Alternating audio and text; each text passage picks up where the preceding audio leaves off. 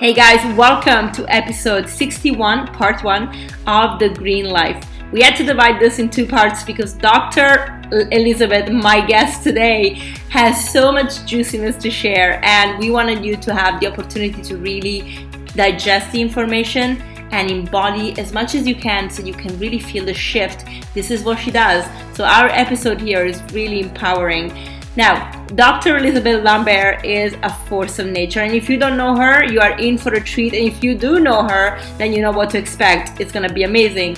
Now, before I give you a little bit more about her, I just wanna give a little bit of a shout out to our sponsor, Namawell, for the J2 juicer. What an amazing machine. If you're on the market for a new juicer and you want a cold pressed one, this is a great one to get, and I have 10% discount code into the show notes for you.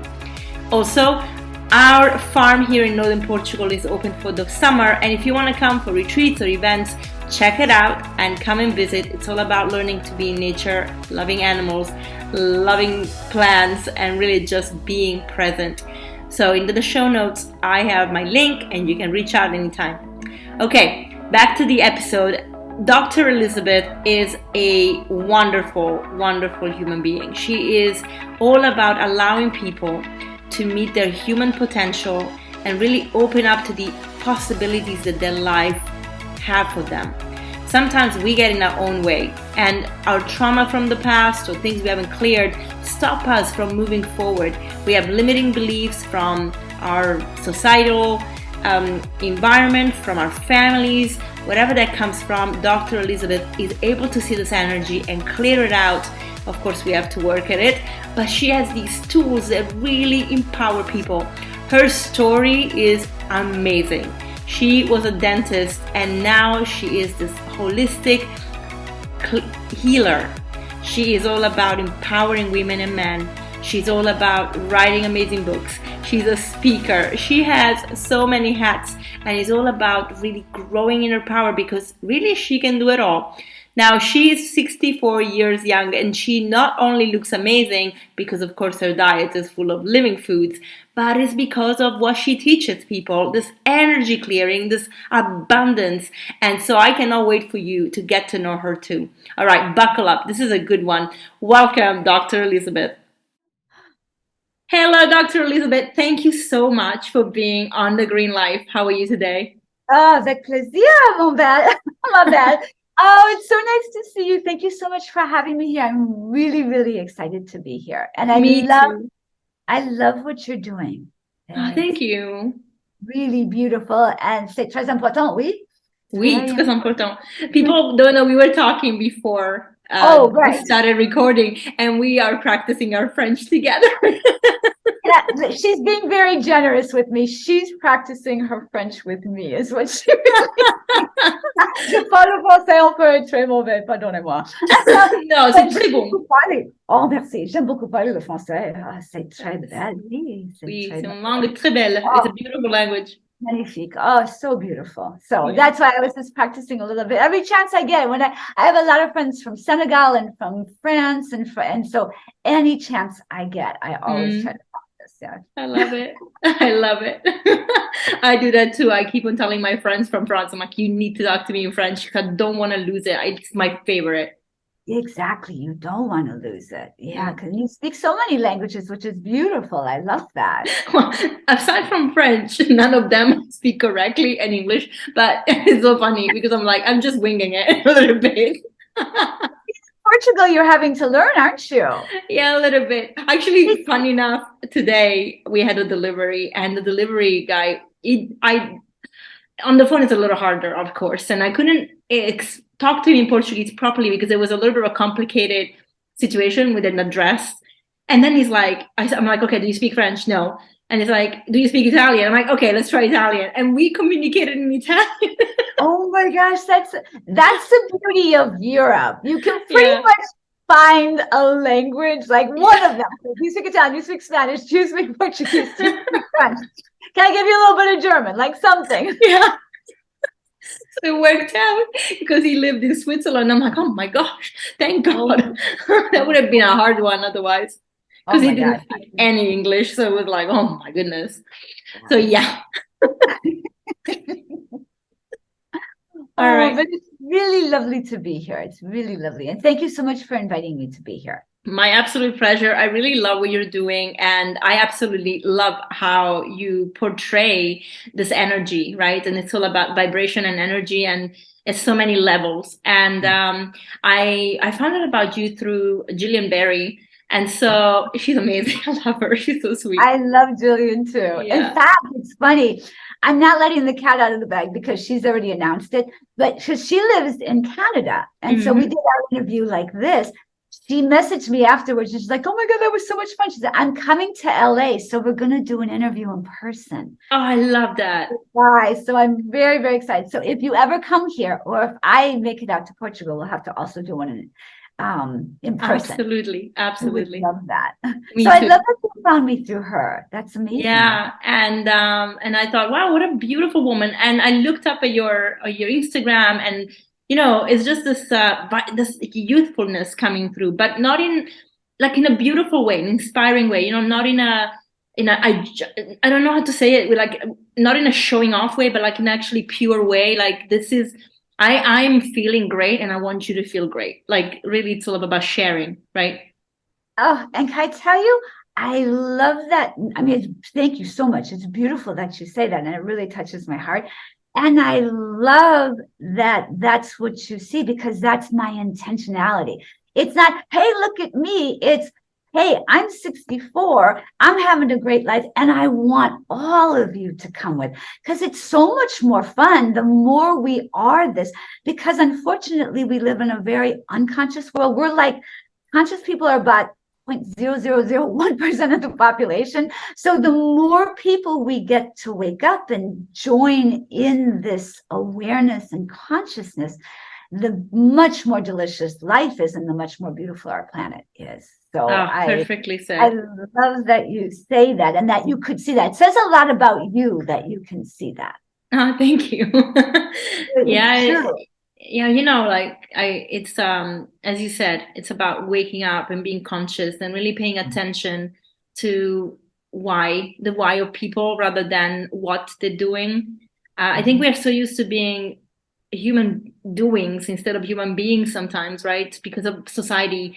And yesterday I was talking to my sister about the brainwashing. Like at a certain age you have to look in a certain way or feel in a certain way. Like I'm helping my father with his health issues, and he's like, yeah, at my age this is normal. I'm like, I'm sorry, that's not normal. What's his age? He's only 69. He's turning 70. He's not old. He's only a couple years my senior. Only a couple. Yeah, right. So it's funny you say that, because what we say endows our whole life. Our cells have intelligence. They're listening to what we're saying. It's why I say I'm 64. I just turned 2 weeks ago, March 29th was my happy birthday, belated. Merci beaucoup.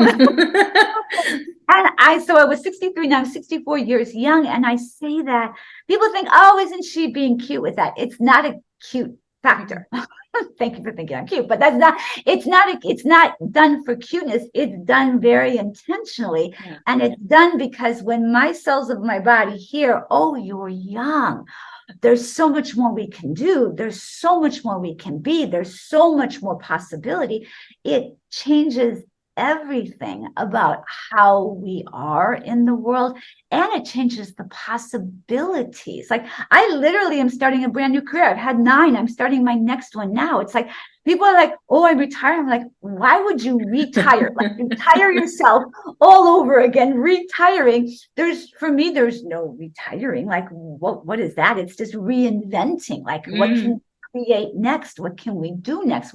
How can we play next? And so when you live in that arena of possibility, that's where the juiciness, that's where the energy is. And that's what I teach people how to do. My business is teaching people how to step into their greatest possibility, to step into their greatest life, to step into the greatest they can be. And when you do that, that's everything. Oh, wait, let me turn the signal on my phone up. Okay, perfect. I want it to buzz. No, absolutely. I agree 100%. So if people haven't come across you before, let's start from the beginning. That's always a good place to start. Let's start with your story. Because obviously you are a doctor, not practicing medicine as you were, but you still, actually, I look at you and think you went from being a medical doctor to being a healer. So I love that story of yours, Did you happen to read my book? I'm so curious.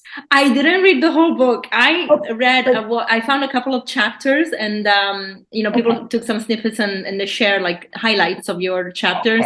But I haven't read the book. I found out about the book not long ago, and I need to get it because I saw that chapter. I'm like, this is a book to have. So I will be getting it. Okay, I would not that you have to, but I was curious what the reference point is. And I see. But I do talk about a lot in the interview with Jillian. I did talk about a lot, but I'd be delighted to share my story. So when you say my story, are you interested in how I went from doing something that I didn't love doing to what I'm doing now? Is that what you'd like me to talk about? I mean, I think your life is the whole story because you interlink a lot of the things cross over throughout your life, not just in your career, but also, I mean, passionate career, right? Everything together, but your life was kind of building in a certain way. And it's like the path of the inner calling versus the path of logical thinking and pressure, right? So I like that to talk about that. Okay, let's definitely talk about that because that's one of my favorite things to talk about. So I did go the route of being a doctor. And it's interesting because I had two phenomenal teachers in my life that really made a huge impact. And my mother made a very huge impact on my life as well. She was amazing. And my one teacher was both of them were around communication. So in my heart, like my calling is to take who I am, what I know, and now over 6 decades, what I know and what I've experienced and what I've learned, and share that, communicate that. But even when I was a little girl, like when I was in junior high school, the very first time I did this was I was invited by my teacher and to go to Marquette University where they had this. It was like a huge event, and you could give talks. You could either do debate, you could do prose, poetry, or you could write original oratory. So I decided I want to write about people who are doing amazing things in the world. So it inspires other people because I was so inspired to be the best I could be. This is when, I was only like 12, 8, 10, 11, 12 at the time. And so that's the first time like I could feel that little resonance in your heart that goes, oh, yes, this is for me. This is it. And the whole time, I'm the oldest of 5 children, 4 girls all a year apart, and then a boy. And my father, who's a brilliant physician. I mean, really, he's extraordinary. People would fly in from other parts of the country to be diagnosed by him. He was really phenomenal, and he loved it so much. And he saw the way my brain worked. We have a very similar brain that we could take in information, kind of like a computer, calculate it. So he's like, oh, she'd be a great doctor. But that wasn't my soul's calling. So he's mellowed with age, but at the time he was very strong and varied. And that was what we were doing. Or I would be, it was like, you do this or you'll be, disowned. Wasn't even disowned from the family. He's like, I'll never let you speak to your mothers or your sisters again. Oh, wow. And of course, now I would be like, that's funny, Dad, like, at my age now, I could say, oh, that's ridiculous. Don't scare me like that. But at the time, it terrified me, and it terrified me enough to go down a direction that I didn't want to go down. Part of my journey in healing has been able to forgive myself, forgive my father, and forgive going down a path that wasn't the path for me. But the beautiful part in doing that is recognizing that everything I learned in my studies and everything in becoming a doctor all endows me with what I do now. So it ended up being, it was beautiful. And I think that because I did that, it equips me perfectly with teaching others, because there's a lot of other people in that boat who find themselves, for whatever reason, doing things that they feel trapped in doing. Maybe even they wanted to do it in the beginning, but then they're like, I don't want to do this anymore, but I feel stuck. I have kids. I have a wife. I have a husband. I have obligations. I can't change. And the truth is we can change at any time we want. There's infinite possibilities for us. So I think that me having done that equips me perfectly to help others do that. So I'm grateful I had that. But when I went to school, graduated, I was practicing, and I could literally feel like the flame in your soul, like shrinking. And I was like, I literally said to myself, I said, if I don't leave this little flame in my soul is going to be extinguished. I have to go. And I didn't know. And at the time, my father was really, really, really upset. So it was very difficult. I had to go out on my own, leave. It's like, do you know anything about Joseph Campbell and the hero's journey? Well, no, I heard about him from another speaker, I think Shane Sterling. Okay. But I don't know much about it. That's okay. He talks about the hero's journey, and that's what this was for me, is having to go off from, it was literally like I felt like I had put my ladder of life up against the building of becoming a doctor, climbed to the top, and then looked out and went, oh my God, I'm on the wrong building. I have to go to this building. So the thing that I want people to know about that is we don't have to get back in our ladder, climb all the way down, haul our ladder to the building that we want, set it up against that building, and then climb all the way to the top. We don't have to do that. From this building here, we take everything that we have learned that has endowed us with everything necessary, because nothing happens by accident. We take that, we sprout our wings, and we fly to the next. I love that. Can I add something before you carry on? Can I just add something that you made me think about with this? This is such a great way to look at life, because another of the way that we're presented with how we should, the construct of society, is like that the programming. The programming is that whether, like, if you want to do something completely different, you have to start from scratch, and it's like whatever you learn and experience doesn't matter anymore, and it's the most idiotic thing ever, because we are growing every day, right? Like, you're not gonna forget what you know. How can you couldn't if you wanted to. Yeah. And so we look at, if everything is energy, we're either going to, at every point, at every moment, we're at 0 point, infinite possibility for our life. So if we're right here, Chantal, in this moment, and if we take everything that we are, and then we go and we expand with it, we are now in this upward, beautiful, expansive cycle. But if we take that and we go in this direction, downward, now we've gone in the wrong direction. It doesn't enhance our life. It doesn't expand us. So if so the first thing we do is we forgive. We got here for, like, we'll use me as an example because we were talking about this, but it would work with anybody. I was there at point A. I was like, I can't do this anymore. There's my soul. And I don't want to. I made the decision. I don't want to.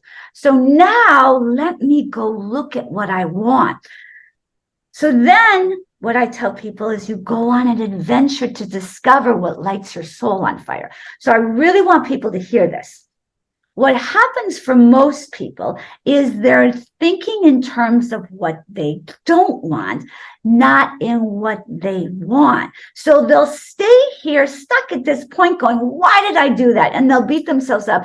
Why did I do that? I shouldn't have done that. I'm so mad at myself.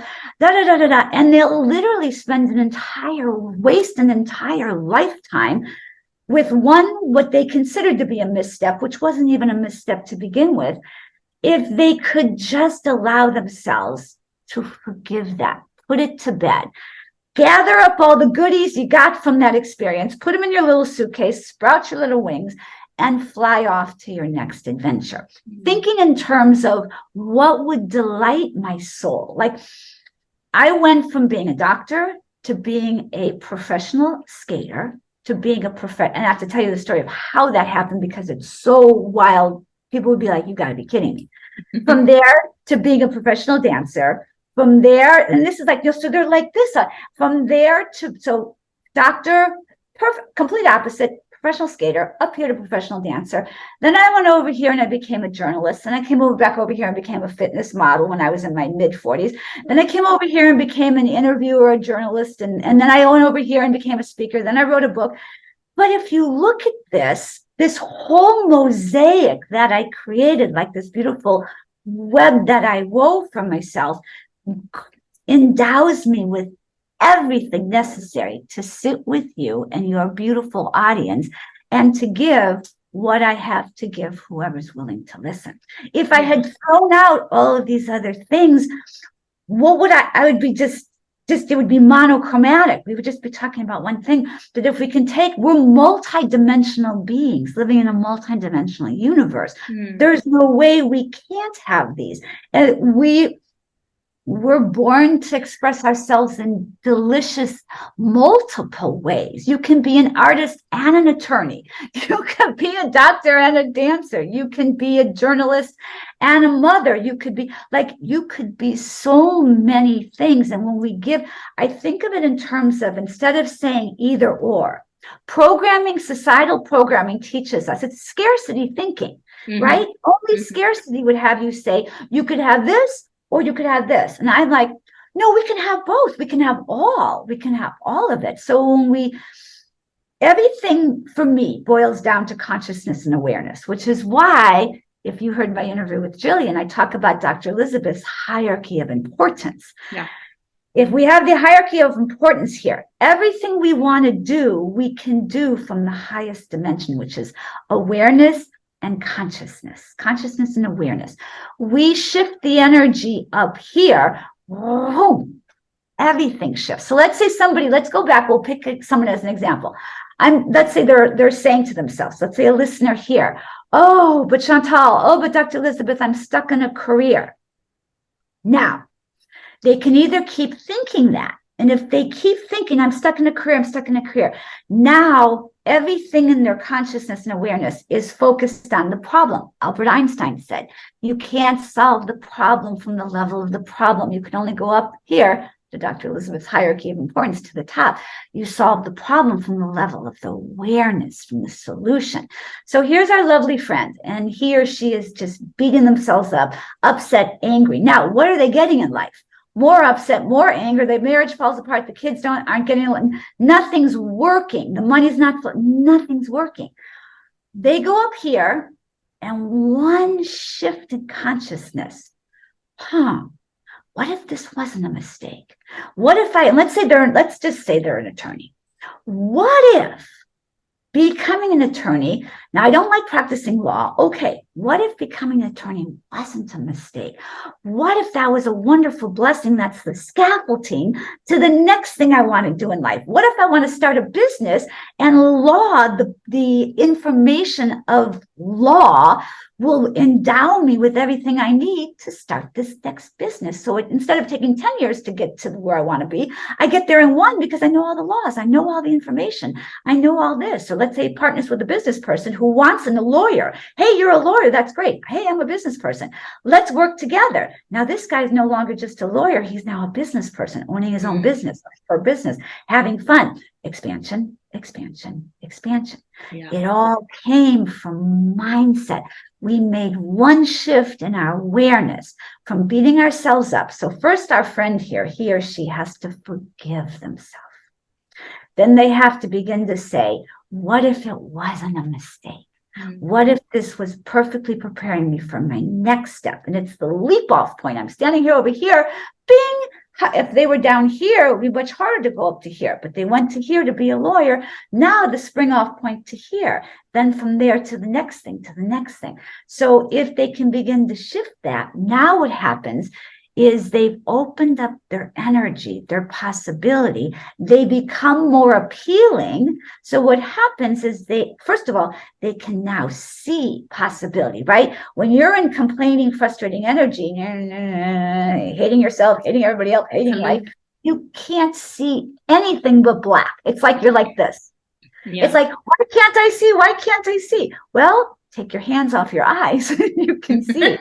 Yeah. It's the same thing here. So this person, once they clear the negative, which is what I help people do with my work. We clear the false belief. We clear the negative program. We clear societal programming. We clear family programming. We clear all that. So the essence of the real person can come through, and this person can, first of all, breathe. Okay, I'm starting to feel light at the end of the tunnel. Then this person can ask themselves from a place of lighter energy, what is it I want to create? Then they can now look, because they're not going like this, and they can now, instead of seeing no possibility, they look out at the landscape of their life. They can see possibility. The next thing that happens is, as they do that, they're starting to vibrate from a higher, more appealing frequency. Now what happens is, along comes this person. Ooh, that's a bright person, because this person's been doing their work, clearing their energy, vibrating at a higher frequency. Oh, you look interesting, either for a mate, so this is how you meet your person, or for a business partnership. Or let's say this person just has, a business idea, and that he is, he or she does for other people, and says, hey, you're a great fit for this opportunity. And this guy or girl goes, oh, I've dreamed of doing that my whole life. And this person invites them over, because of how they're vibrating, into this new opportunity. But that never could have happened if they were vibrating at that other frequency. Yeah. But once they can let go, and they can say, yes, let me just open up to a possibility. In my book, I say, if you can only be willing to be open to the possibility of saying yes, where you were previously saying no, miracles can happen in your life. Absolutely. Up until I was 39, I was a no for dancing. It was just like, professional dancers stop dancing at around 20 something. If they're lucky, they get to dance maybe into their 30, but I was 39 going on 40, literally. And I was like, next lifetime, I used to say, oh, next lifetime. And what happened was, I shifted my awareness from being no, which is can't happen, to what if that could be possible? Then the universe comes in, whoosh, puts me in this place that within a month's time, I went from never having danced in my life to dancing on stage. Wow. At a function that Ted Danson was hosting. It was an environmental event that Ted Danson, the actor Ted Danson, was hosting at a hotel in Beverly Hills. And there I was dancing on stage, because I kept on saying yes and opening up instead of saying no. For 39 years, I was like, oh, it's not possible. I can't. And but then you were passionate about it. You liked it, right? Not only did I like it, I begged for dance lessons when I was little, but my mom wanted me to play piano, so I'm a concert pianist. Doesn't do anything good. And I'm a doctor. Doesn't do anything good. I didn't like it. But that's what my dad wanted me to be, a doctor. My mom wanted to be a concert pianist. And so that's what I ended up being. But neither one of those things delighted my soul. But encoded in the cells of my whole body and being was the memory of dance from lifetimes. I saw me visions of dancing before I started dancing professionally at 40. I used to have dreams at night and literally visions in my meditation. I would see me flying in the air dancing. And there's a video actually of me on Instagram where I'm flying in the air, like with the dance partner flying in the air. I have to go to check it. So it's just a matter of saying yes. And if you can't, let's say this person here can't quite find the way to say, their logical mind's getting in the way and they can't quite say yes. What I say to them is, can you be willing to be open to the possibility of saying yes, where you have previously said no? And in doing that, that's where the magnificent opening happens. Yeah. And that's what happened to me in every one of my careers. And then what happens is, when you live this way, it gets easier, because after the first time when I said that, then the next time, oh, I can do that. Then the next time, oh, I can do that. And then you just keep on opening up and saying yes and opening up to new possibilities. And then those possibilities, they can't help energetically. If you put yourself on that frequency, they can't help but match that frequency. This is for people. This is for opportunities. This is for intimate relationships. This is for everything. You put yourself on the frequency, and then you also put your focus on, this is where a lot of people get tripped up, Chantal. People will know what they want, because a lot of times people ask me, what if I don't know what I want? then the answer is go on an adventure to discover. Look at what you did as a child. What do you do that you just get lost? Like the hours fly by. And then you begin to look at, how could I do that in my life now? But a lot of people already know, but what happens is that, like our poor fellow or girl over here, they just think it is impossible. And then what happens is, once they begin to open up to think it's possible, the next place where they have to take care of putting their attention is putting their attention on what they want, not what they don't want. So many people, they're like, I want this. But then they have all these reasons why this can't happen. So how can the universe, if you're closed off like this, there's no way the universe is getting in. If you give the universe this much space, that's it, that much, it can go whew, like it did for my life and in your life, and flood right in. So people, if they can begin to be more aware, this is why, again, Dr. Elizabeth's hierarchy of importance. When we develop our awareness and our consciousness, when we work up here at the top of my hierarchy of importance, everything else flows into place. That's the place to play and work. Does that make sense? That makes a lot of sense. And before you carry on, I have to say this because I don't want to forget it. But when you were actually describing your movements across the different paths and the different passions, right? So I kept on seeing Metatron's cube, and then you talk about the consciousness coming from the top, and I keep on seeing Metatron's cube in the tree of life, right? So going from being stuck down in Malkut all the way to Kether, and from Kether you can just descend with all these messages and intuition and guidance that you wouldn't otherwise listen to if you were stuck at the bottom. That's brilliant. That's exactly right. And that is Metatron's. And that's exactly right. It's why I teach what I teach. People want me to teach them what to eat, or they want me to teach them exercise. I'm fully equipped to do all those things. But what I love teaching is how to access your intuition. So if this is the person here, what I do with them is several fold. We clear away what doesn't belong to you. We move all the programming, all the false beliefs, all the places where, it's not possible, it's not possible. We move all that out of the way. And then what we do is we teach them how to access their intuition. Our intuition comes standard with every single physical body. It's like our eyes. It's like the bicep. I always say it's like a bicep muscle. It's just like this bicep muscle, but I have to go to the gym and develop this. And this is what I do with people. I teach them how to find their intuition, how to access it, and how to develop it. And this is where massive, incredible changes can happen in people's lives. When it's literally like in the movie Avatar, where you remember how the Navi people, they take their tail and they plug into the tree of life. I teach people how to plug themselves into their own tree of life, into the intuition. And like you were saying with the Kabbalah, it's the same thing, plug it into the tree of life. Yeah, this makes so much sense. And what if somebody, we all have intuition. So what we hear it at some level. Sometimes we don't pay attention to it, but we do feel it, hear it. And what if somebody's not listening to that voice? What does usually happen? Okay, it's a great question. So let's say we get the whisper. Let's use the example of, do you want me to use it an example of work or love? Which way would you like? Should we do career? Anything, honestly, anything that feels okay. Let's keep going with along the line of career. So let's say this person, they got themselves in a career that's not really right for them, and the whisper starts. That's what happened for me. I knew before I went in, I was begging my father, please, I don't want to do, but mine was a little bit different. And I didn't have, I take full responsibility. That's a big thing.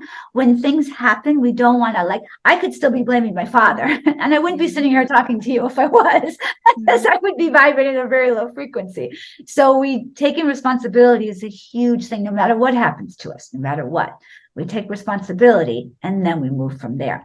So let's say this person is beginning to hear the whispers on anything. Let's say it's a relationship and it's not the right relationship, and they're afraid to leave. I And I hate this one.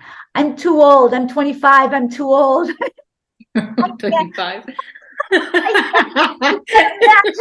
how often I hear that. But Dr. Elizabeth, I'm 25. I dance with this group of girls. We've danced together for a very long time, and they're all in their 20s, and I'm 60 something. And they come in and they're like, oh, I'm too old. And then they look at me and they're like, I can't say that around you, can I? I said, you can't say that. I said, how can you going to say that to someone who's 64? You can't say you're too old. And when I joke with people. It's funny because I joke with people, especially people who are in their 20s. When I meet and they're like, I love your energy. We start talking and I tell them my age. And what happens is that they say young. And I said, I'm 64 years young. And I said, and then I look at them and I said, I actually have more youthfulness than you. You're 24. I have 40 more years of youthfulness. If you actually practice this, I have 40 more years of youthfulness than someone who's 24. They only have 24 years of youthfulness. If you continue to develop your youthfulness, you just can continue to get better and better and better because you have more youthfulness. So I love that. And they all look at me and they're like, oh, I like that. So I love sharing that. So let's go back to this. So this little whisper, they're in a relationship, they're 25. Oh my God, I want to have kids. I'm too old. I can't. Or let's make it even spicier. We'll make them 29. That one's a big age for a lot of girls. Oh my God, I'm 29. I can't leave this relationship. And then they start getting into their mind. He or she, it could be either way. He or she's, they're a good person, good on paper. You've heard that, good on paper. Mm-hmm. But if it's not delighting your soul, not going to. So what happens is, let's say, when I use this as the example, that whispering's happening, their boyfriend, girlfriend. He comes along, would you like to get married? She says, yes. She's got the ring. Look, look, look. But inside, something's going, not right. Doesn't listen. So now, fast forward, getting time planning the wedding. All excitement. We're talking, all the stuff of the wedding, but inside. Right. So let's say she does listen. And she says, I love you. You're a beautiful, or he says, I love you. You're a beautiful person, but this isn't right. The other partner might be upset, but the other partner might, because they were programmed to get married, have kids. Their parents are like, we're so happy you're getting married. That person might go, oh, thank God. I wasn't feeling like it's right either, but we were so far down the road, I didn't want to say anything. I thought you'd be upset. They go about their merry way. Now she meets someone. She's like, oh my God, this is what love really is. This delights my soul. He goes on, he meets someone. Wow, this person really gets me, really understands me, delights my soul. And then they start a life together. And it resonates in their whole being. It's like a yes. But let's say that's not how the story goes. Let's say they don't say anything, don't listen. They get married. To seal the deal, they have a couple of kids, because I never understood this for the life of me, but people think having kids is going to make everything better. Yes. Why you would ever think that is beyond me. There were no babies come out of this body this lifetime. But let me tell you, I understand at a very deep level, having children is the most difficult thing you could do this lifetime, bar none. It is the most challenging thing to bring another life into this world and then help raise that life. How can you possibly think that's going to make something that's not so good better? But that's because unconscious. You can see the programming of the programming of society, the programming of the family. Well, this is what my mom did. This is what my dad did. This is what my parents did. This is what their parents did. Blindly walking, like here's the cliff, little people walking right off the cliff. Next one, right off the cliff. Next one, right off the cliff. Until they go and listen to the thing here. So let's continue with this story. They get married, they have a child, only gets harder. They're not really connected. They have another child. Let's have another kid. We had a boy, now we need a girl. Like, why? Each child is beautiful. Boy or girl is beautiful. But society tells you white picket fence, the whole shebang. Yeah, Hallmark. They keep going down this road until finally this thing, it goes from a little tremor to a full-blown earthquake. And it shakes them to the core, and they realize, my God, what did I do? I married the wrong person. I knew it from way back then. And they're, let's say 40, let's say they're 35, 40, 45, 50, whatever they are when they finally, when the foundation really finally shakes and everything falls apart. And sometimes people will pretend and they'll stay married and they'll be miserable and they'll teach their children how to be miserable. And hopefully the children will be smarter and wiser and listen to their own intuition. But if not, if it gets too strong and they're like, that thing in me is so strong, I can no longer not be fulfilled. I can no longer not live the life I was supposed to live. And the more we have these beautiful interviews like this, the more you do what you're doing. I do what I'm doing. Julian's doing what she's doing. What everyone's doing, what they're doing. Then what happens is that there's more opportunity to wake up.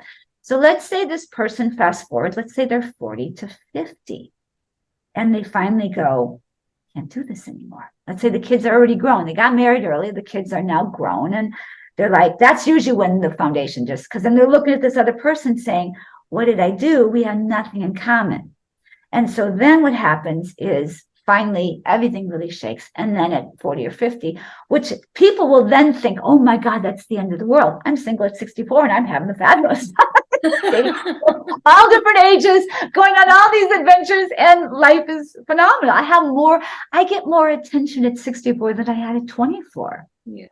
So I always tell, especially they get a package deal. You look fabulous with the life experience, so you can talk about more than the Kardashians on TV. Hello. That is such a beautiful thing to say. Thank you. Merci beaucoup. I love that. Oh, that's beautiful. But that's what I try to tell women. If they take care, and this is for men too. Listen, I always tell people always say, Dr. Elizabeth, why are you talking to the men? Why aren't you just talking to us? I said, I'm single. Have you seen my dating pool? Of course I'm talking to the men, because we want to get everybody to be healthy and vibrant and all of that.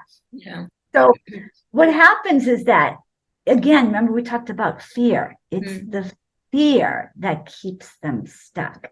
If they knew how magnificent and spectacular they were, if they knew the radiance and energy that lives, the potentiality of it, and their opportunity to plug into the tree of life, if they knew that potential, they wouldn't be so scared. It's why I do what I do. I have a group coaching. I have these big group and coaching that I do with people. I have privates I do with people, because I love waking them up and showing them you don't have to be afraid. Here's what's possible at any moment. Just let's go. Let's do this. So that's the story of what happens. But let's just talk. Let's just carry it all the way. Let's say this person is 50 and they finally decide, both of them go their separate ways. Let's say I bless every relationship. Guy, girl, guy, girl, guy. If you're fortunate enough to find love in this lifetime, God bless you. So that's how I feel about it. But let's say in this particular situation, it was a man and a woman, and they've now been married 25 years. They married when they were 25, and now they're 50, and they're going to go their separate ways. And they're going to really think, oh my God, it's over, especially the woman. Oh my God, I gave him my best years. And then she's going to start beating herself up. Just like remember we talked about the person before in the career. It's that. All these things we talk about, it's the exact same thing. Different scenario, but it's the exact same thing. So now let's say she comes across Dr. Elizabeth in this beautiful interview that you're doing with me. And she goes, if she's open, if she can be willing to be open, something in her can go, oh, it's not over. I'm 50, I'm fabulous, and it's not over. Okay, I'm gonna do something about this. I'm gonna take on this new chapter of my life. I'm gonna get myself out there. Maybe she starts a new adventure, she starts a new career, she starts a new something, she puts herself together, she starts dating, and she finds the love of her life, who, let's say, was divorced as well, and their past, they missed each other there. But then we fast forward over here, and then bingo, they get each other here. Because nothing in the universe is ever wasted, and nothing in the universe is ever missed. Or So random, or even random, right? Maybe they had to learn a lesson before they came together. And they had two beautiful children who ended up being the loves of their lives as well. And now they're over here, and they get to start another adventure with the person who they were. I know stories of this where they missed. I have a beautiful friend. They missed each other here. She went off, had a couple hits. He went off and had his career and his adventure. He's an actor. And then they circled back, and they are the most deliciously beautiful couple. And you can see every day, because they didn't have it. Then when they came back, it's delicious, Chantal. It's like the love for each other. Every time I see them on Instagram and every time I see them in person, I'm like, oh, you guys inspire me.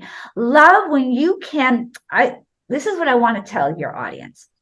If you're in a relationship and it doesn't light your soul, it doesn't feel delicious. It doesn't feel like it's the right. Listen to your intuition and go and find, because love is the greatest gift in the universe. And to be able to have that with somebody is everything. Mm-hmm. I've interviewed love is my next book's going to be about love. I love love. I think it's the most beautiful gift.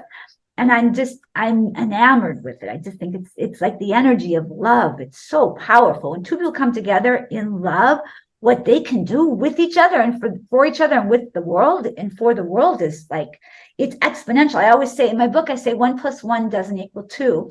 When two conscious people come together, 1 + 1 equals infinity. And that's what we call love. And so I would tell people, if someone's looking for love or they're not sure about something, when it's real, when it's like the connection that's meant to be, they were divinely for each other.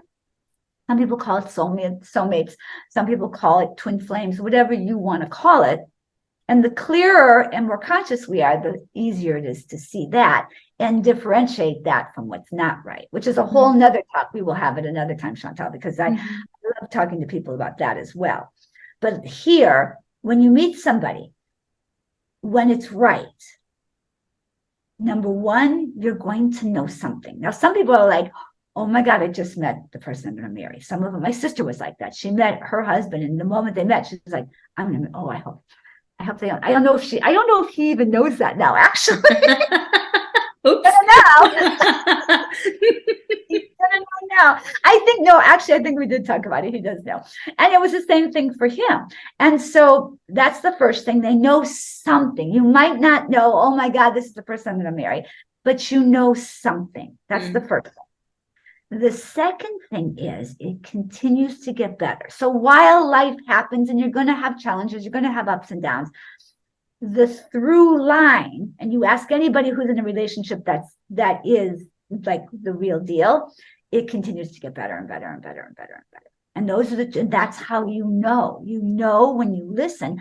And the more we're tuned into our intuition, this is why I love working with people, the more you clear out the poo-poo, clear out all the noise, and the more you're in your intuition, the more you're able to look at what's in front of you and decipher. So you won't have to go, is he right for me? Is she right for me? Is this right? Asking everybody else, you're going to know. Now, you can get confirmation. That's okay to do. But in your own, confirmation is just, something. Then you go to one of your teachers and you say, is that? And then they say, oh, this is what I see. And then like my clients, my private clients I work with, they come to me and they're like, I want to validate you. You're seeing exactly right. Because as we clear them out and get them really tapped into their intuition, they're able to see the guidance, hear the guidance, receive the guidance. And move with that.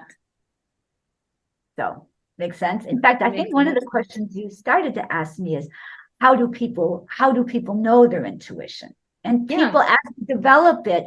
I teach people how to actually really, really properly tune into their intuition.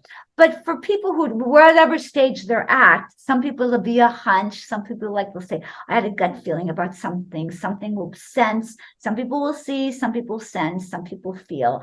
The clairsentient, clairaudient, clairvoyant, they're all legit. They're all real. And the work I do with people is we take those and we hone those and deepen them. And it's nothing to be afraid of. People get scared a lot. They get really scared, but not, it's natural. People get scared because of the lots of reasons why people get scared, but a lot of it has to do with the way society is. A lot of people will actually hear and see more than they actually want to, and they get scared about that. But when you develop it and you actually learn how to use the gifts and talents that you have, there's nothing to be scared of. It actually just is wildly beneficial to guiding your life. Totally. I feel like also religion, it's telling people not to listen to their intuition at all. They have changed so many meanings of even the scriptures. I mean, we know the Bible is not complete. They have shredded it apart because you cannot teach people truth, otherwise they're too powerful, and then I'm gonna fall for the system. And that's just truth. And truth is truth. Like, yeah. it just is. Like, when I got your email, I was like, oh, she sees me. Like I do right away when you invited me. I was like, there's nothing else to say. You see me. And it's even more delicious than we thought it would be. But I knew it would be delicious because we see. And truth resonates. Yeah. And it's interesting because even when people are like closed off because they're not eating healthy, or closed off because they're not living healthy, or closed off because they're in their coping mechanisms, which can be addictions to alcohol or drugs or shopping or sex, or there's so many different coping mechanisms out there that they feel that pain, and so they want to numb the pain in some way. Even when you're entrenched in those challenges, somehow that whisper still comes. Yeah. In fact, some people, when they come to it at what's the dark night of the soul, with the lowest point, where all of a sudden it usually comes like a whisper or a frequency. And what happens is people are in so much pain that they're like, this is so painful. The fear of actually waking up is less painful than the pain I'm in right now. And that's a lot of times when people do wake up, is because they just get to the point where nothing can be worse than this. Because people are terrified of waking up. They're scared because we might be the wise ones, we might be the more awake ones, but we are dramatically in the minority. Yeah, and it's scary. It's scary, as we're talking about truth, there is true trauma when you come out of something. I mean, I can resonate. Like when I in 2004, I used to see this holistic healer, and she used to say to me, "You're a healer. You're a healer." And I actually said, I feel like that's what I want to do, and what I feel it's my calling.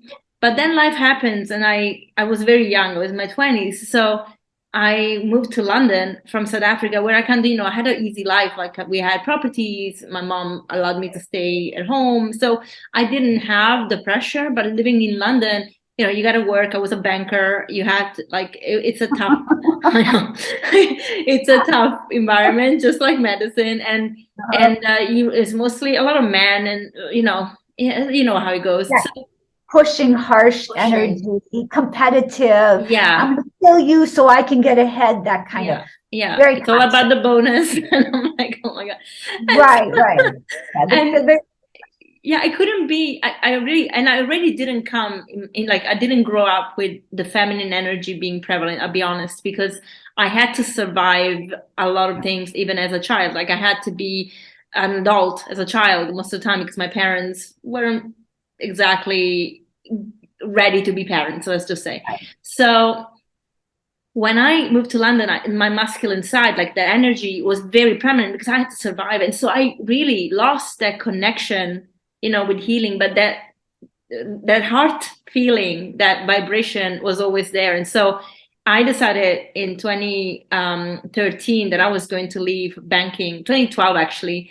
And I started working at educating myself towards a more holistic view of health and everything I wanted to do. And I also was healing myself from eating disorders, because it didn't come without me being very violent to myself in my thoughts and actions. And in 2015, I left banking. And it's funny because obviously you're awakening that part of yourself that has been dormant for a very long time. And then, there's a lot of healing to do. I'm now doing regression therapy, ancestral healing, There is so much going A on. lot of healing. There's a Yeah. lot of healing for us to And then a do. stressful thing, moving to Portugal was stressful because, again, being faced with a very macho society where I had to deal with the builders because my husband doesn't speak any Latin language. So it's like, can you deal with this? And, I'm like, okay. And then masculine side came out again. But then moving here, there was a lot of shifts happening. And I really hit rock bottom. And then Dark Night of the Soul, totally, totally met him and dealt with it. And healed myself from I threw myself into early perimenopause.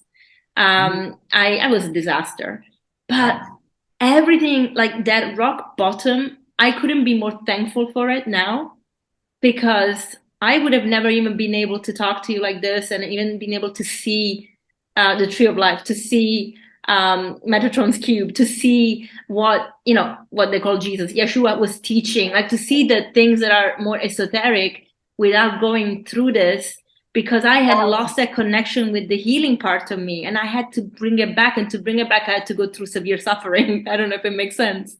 1,000%. And here's the thing. So it's, but see, when going through all of that and then waking up to your true self, your true purpose, your true calling, endows you with the compassion, with the kindness, with the love, with the patience, with all of that to now do what you do. So it's interesting because we don't have to go through that. It's not necessary. People think, oh, I need to do the lessons I need. It's almost like a self-punishing thing. A lot of people do go through it and it's part of the journey, but it isn't necessary. People think that they have to go through it, and it isn't. Like I work with a lot of people who are still in their 20s, and a couple of them, they were doing some things that were a little bit self-destructive. And this one girl, she was just like, she saw me and it was instantly, she's like, I'm working with you, Dr. Elizabeth. So here's the thing. And this is why I love teaching what I teach. I've done every healing modality on the planet, literally. I've done everything. And this by far is the best because this helps with your awareness, waking up your awareness. Once we wake that up, we're able to make much better and healthier choices. And that way we don't have to go down these other, like, let's use you as an example. Had you had the opportunity, had you met me when you were in your 20s and you went, and I guarantee you still would have gone, ooh, and you said, I'm going to call that woman up. While you were still in London, we would have started clearing some of these energies, some of these programmings, clearing some of these things, that journey would have been much easier. So that's why I love teaching awareness, because with the awareness and the consciousness, it gives us the ability, because you have so much more awareness. You've been able to tap into your awareness and consciousness so much more. And so with that, it gives you the opportunity to navigate everything we need and want to navigate. Make sense? So makes a lot of sense. Absolutely. Really, really powerful. It's so, so powerful. And having a support system is so important, because sometimes when you feel lonely, you start also doubting that intuition because nobody else is actually validating it. And I tell you, it's interesting you say that, because I'm creating a community for that exact reason, because it's even the people that I work with, a lot of times they're like, I feel so alone. What I hear a lot of times they'll say, I feel so weird. I feel so different. Like a lot of times we feel different because it's beginning to be more of the conversation, but it's still not really the conversation. This is not a conversation that is naturally had out. Like when I go out, this is not the conversations where, people are usually having.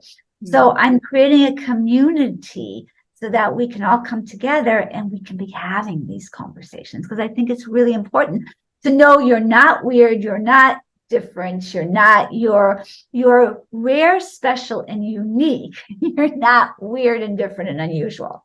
It's really important. So important to understand that. It's a lot of and being guided to tell this next thing. It's a lot of reasons why people numb out their intuition, is because it feels too scary. Like I have a friend, he started waking up, he had a near-death experience. This is a crazy story. In the gym where I work out, my workout partner is a firefighter, paramedic firefighter.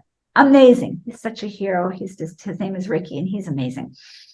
And so he was stationed in Venice where my gym is. And sure enough, one of the other guys had a very bad motorcycle accident and literally almost lost his whole foot. So by the time they got there, he was in shock, and Ricky recognized him from the gym and was able to he calls him his angel. He was able to just like calm him down, bring him back, and just keep him from going off into the light and leaving his body. And so to this day, he's like, oh my God, Ricky, you were my angel. You really saved my life. Thank you. And of course, the paramedics are working on him, saved his foot and saved his life, which is amazing, amazing. And so after that experience, he was much more open and much more vulnerable to his intuition. So he started connecting with me in the gym more and started talking to me.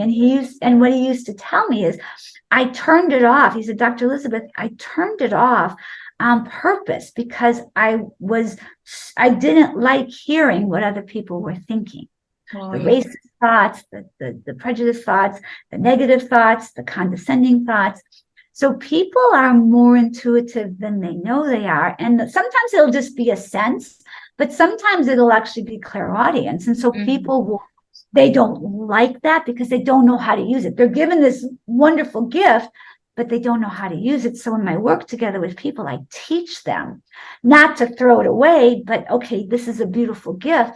Let's teach you how to hone this and use this and empower you with this. Yeah. Most of the time people struggle, and I guarantee you this was the case for you. You felt disempowered, especially when you were there with all those men. You felt you felt like the only way you had your power was by sacrificing your feminine. Yeah, that was it. And you hated it. You hated sacrificing your feminine. And you felt like I felt my little flame was when I was practicing as a doctor, I felt my little flame. You felt your feminine flame just because you felt it was an either or. I either had to be masculine and be successful or feminine and give up what I'm doing.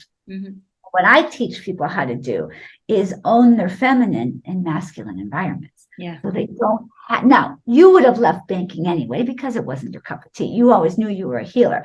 But while you were there, what I would have taught you is how to navigate in your feminine while swimming in a sea of testosterone. I talk about this in my book. I talk about how do women navigate their feminine when they're swimming in a sea of testosterone. How do we do that? And so I've developed ways for women to do this, how to learn how to navigate without abdicating their feminine essence, energy, and being able to utilize both their feminine. I call it the dance of the divine feminine and sacred masculine. Book, I talk about that, and being able to own both of them and dance in both of them, own them and utilize them even when you're swimming in a sea of testosterone. Yeah, really, really powerful to do. Can I ask you a personal question about this, if you don't mind? Because you're a beautiful woman and you have sex appeal, as I said at the beginning, not in a in a vulgar way, in a beautiful way, in a feminine way. And I imagine in a society where people just look at the appearance, there must be times where it's a little uncomfortable. Well, not because you are uncomfortable, because people are they overstep boundaries and they are inappropriate because that's the way they are unaware. How do you navigate those things, especially being in a place like LA where, it's probably rampant with the characters that you have around? I'm smiling because this is such a good question. This is a delicious question. I love this. So I'd love to answer this. So let me see how I'm going to answer this. In owning, so it's funny because I talk about this in my book as well. If, let's just say, in this situation, for me, I'm attracted to men. We're going to talk about the female-male dynamic. It can happen in any of the scenarios, but we're going to talk about this one right now. So what I say, here in LA, I notice a lot. There's a lot of very beautiful people here, a lot of very beautiful women. And what I notice, and they're doing this from a place of fear, but they don't realize it. Women, what happens is that there's a couple of things. This whole girl boss, babe, well, it's the same thing you were talking about in London. Tough, masculine, push, force, don't open up my door for me, don't do this for me, I can make my own way, da, da, da. All of this energy is a lot of women, young girls actually, like especially in their 20s, are really living from this place. So a guy will come up to them and they'll say, wow, you look so beautiful. And they'll literally go and roll their eyes and walk away. And I remember one time I saw this. And so in my mind, when I was writing my book, I just carried this thought through, and I thought to myself, that girl's 24. When she's 34, she'll be happy to get a couple of compliments. When she's 44, she's going to be begging that same guy she rolls her eyes at to give her a compliment. But let's just say at 54, she certainly would be. But so I had this thought of bless every compliment. Even if they're awkward in it, even if they're even like inappropriate in it, you don't have to give your number. You don't have to. Let's say you walk by and they're catcalling you. Woo, woo, whistle, whistle, whistle. Most girls, they get tight, they get tense, they shrivel and shrink themselves, and they just. Go live in Rome. Oh my God, I've been to Rome. Trust me. All you have to do is now, of course, if this is not if you're in a dangerous situation, of course, or anything like that. But let's just say you're walking by and there's a couple of guys, woo, woo, woo, woo, woo. You literally own your power. It's what they're looking at. They're looking at your feminine essence, not just the physical, but they're looking at the radiance and the vibrancy and all. A woman's her secret weapon is her vibrancy and radiance, especially after a certain age. That's what really is that joie de vivre. That's that, secret sauce. And so you just turn and you can just say, thank you very much. And you keep on walking, owning your own power. You don't have to shrink. You don't have to cover. You don't have to hide. You don't have to do any of that. And if someone gives you a compliment and you're not interested in them, all you have to do is you just say, that's so beautiful. Thank you very much. And even if they start, like they say things that's a little awkward, a little inappropriate, you just go about your merry way. You don't have to engage in that energy. But you don't, a lot of times what happens is women they fight it. They either want to fight it, F you, who are you to look at me or talk to me, and they have to fight it, or they'll shrink. And either one of those are opposite ends of the same coin. You're still not owning, you're letting someone else shrink you from your feminine essence. But if you stand in it and own it and not shrink in it. Now, this is not if you're in a situation where it's, I'm not talking about any of that. That's a whole different scenario. If it's dangerous, if someone's coming, those are very, very different scenarios. I'm not talking about that. There, you protect yourself, you get yourself to safety. And I had this very amusing story. This actually applies a little bit. I was in the Mac store, and it was right after my mom passed, and she had left her Mac computer. We were together when I got it for her, and so she left it for me. And I was in the Mac store getting a new iPhone. We were in the front of the store, and I felt this presence here. So I turned, and the door is right here. And I turned to look here, and this guy grabbed my entire bag with my computer, my hard drive, with all my YouTube videos, my whole life, and ran out the door. And I literally went into Wonder Woman mode. I jumped up. I yelled to anybody who could hear me, stop him. He stole my bag. I'm screaming through the mall. He's running out the back exit and there was a getaway car right there. I'm running after him. I'm screaming as loud as I can. And the whole time I'm saying, Spirit, help me, Spirit, help me, Spirit, help me. Because there's a clean getaway. Like I literally am running as fast as I can, but he went out the mall, went out the store, went out the mall, and turned down the side way. They'd planned the whole thing. And the getaway car was there. Since I screamed it at anybody who could hear me, I alerted all the mall security, and also this young man, because I said, Spirit, help me, Spirit, help me. This young man's walking out of the men's bathroom right at the time when this kid is crossing. He turns, I said, he stole my bag, stop him. This guy goes, it's like something out of a movie, flips the guy, throws him to the ground, Oh my gosh. Down. The guy tries to get up. By that time, I had ran so fast. I grabbed him by the pants and yanked him back down. And because I screamed so loud, there were 5 security guards, max security, Apple security, and mall security all around. He was handcuffed in 2 seconds flat. Wow. Wow. But the point of this has to do with our power in their feminine and masculine energy. Mm-hmm. What did I do? I didn't get stuck. I jumped up, I ran after him, I alerted everybody, and I kept saying to Spirit, help me, help. What's the likelihood that now this kid also who was walking out happened to be security for the Macy's store that's in the mall. Oh, wow. So he ex-military. He knew exactly what to do to this guy. Yeah. That happened because I asked for it. Yeah. You can see that's a wonderful example of the divine feminine and sacred masculine. Yeah, I was working the divine feminine energy of asking Spirit to help me while I'm working the masculine. Running around and then screaming, alerting, and the whole thing came together and stopped the guy cold. Wow. Wow, that's amazing. Love that. What a story. Is, and I used to always wonder, I wonder what would happen if, but the point is, I didn't do an either or. I didn't stand helpless and just scream. Yeah. I screamed, but I also went completely in my masculine, but combined together. Had I not been, I guarantee you, had I not been saying to Spirit, Spirit, help me, Spirit, help me, Spirit, help me, create a miracle, help me, that maybe that guy would have stayed in the bathroom long enough to fix his hair or do something else. Yeah. And he said, he goes, I was compelled to come out. Yeah. Yeah. And he said, I heard you screaming, because I said, that was amazing. I gave him the biggest hug. I was like, oh my God, thank you so much. That was amazing. And he said, I was compelled to come out. And he said, I'm ex-military. I knew exactly what to do. He said, he goes, I'm doing security for the Macy's store. I just happened to be on my lunch break and then went to the bathroom. Wow. But that all lined up because, see, we have something so much greater than us at our disposal. Yeah.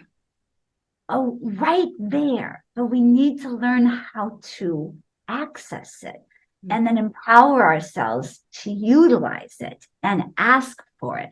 So that's a really great example of the divine feminine and sacred masculine. Because what happens is, because sometimes women like the attention, sometimes women don't like the attention, but based on all that, they either overcompensate in one way or the other. Like, it was a beautiful, beautiful compliment that you said. You see, your sensuality and sexuality and femininity are expressed without being vulgar. Because you see both spectrums. You see women expressing both spectrums, where one word it's just gone a bit too far, and that's a look at me. You have to look at me. I demand that you look at me. And there's nothing wrong with the woman dressing herself up and saying, but when it's from that place of insecurity, it's not a good thing. And also, it's energetic. You can feel the energy is different. That's exactly. You can feel that the energy is different. Yeah. And then the opposite side, where a woman so afraid of the masculine energy that she feels she has to hide herself. You see that as well. But if we can just, and listen, everybody's going to I respect, everybody has their own way of dressing, their own way of expressing their own style. And we don't want to, everyone's style is beautiful. My mother happened to be very classy, very elegant, very Jackie O. And my style is more flamboyant. It's more fun. It's a little more sexy. It's a little more chic. It's a little more. So we both have our different styles. So we don't want to shame someone else if they have a different style than us. So we see a lot of that going on. We see a lot of, I'm like your mother. No, it's beautiful. Very elegant, c'est très chic, very elegant, very classy. I love that. I think it's very beautiful. Yeah. But see, here's the thing. You know your style and you own your style. Right? And I appreciate yours. I really appreciate yours, And I'm like, I wish I could do that. And here's the thing. Well, you certainly could, but it's not your essence. You don't really want to, do you? No, I never felt the call for it. Exactly. So when we are naturally being who we're being, we can bless everybody else around us. I talk about this when it comes to beauty as well. I think this ties into the conversation. Part of and this is more for the women than it is for your men. Part of this owning who you are. Like my body, I'm literally, because I've taken care of myself, the exact size, shape, form that I've been since I was 12 or 13. I mean, I could pull out clothes like I had from high school. I could put them on. It's except for being a little more muscle. I have a little more muscle because I've worked out for all these years, but I'm the exact same. I could put on something from 20, 30 years ago and it fits. It's the same size. And during that time, living in different places where I've lived, first in Wisconsin, then Arizona, and now in California, I've run the whole gamut from being called too fat. When I first started modeling, my agents pulled pictures, and I'll send you some video and pictures if you want to incorporate it into the video, if you want to do that, but I'll send you this photo. Nothing, I look curvy, but I don't look heavy at all. I'm the same size I've always been. But the agent was like, oh, you can't you look way too heavy in this photo. So this is like late 90s. And so the style was that. Now, fast forward, I've actually had people say, oh, you would be good. You could put on a little bit more weight and get yourself a little curvier. And if I had listened to that, I'd have spun myself like a yo-yo. And when I was really, really young, I remember my father telling me that I was fat, which was really devastating for a young girl. He didn't know any better. He didn't know any better. He was just being himself. But that really was very difficult for me because I thought, oh gosh, there's something wrong with me. And I was the same size I am now. It wasn't. Listen, there are beautiful women, all sizes and shape. Nobody is too fat. As long as someone is in their ideal size, shape, and form for them, they're healthy and they feel comfortable in that. I want them to rock that. I think that's perfectly fine. But had I concerned myself of the opinions of others and what society is deeming as in style right now, I would have lost and gained a whole bunch of weight, and it would have been disastrous for my body now. Yeah. So it's owning, so that's one thing, is owning your ideal size, shape, and form. And then the second thing I would say is not comparing.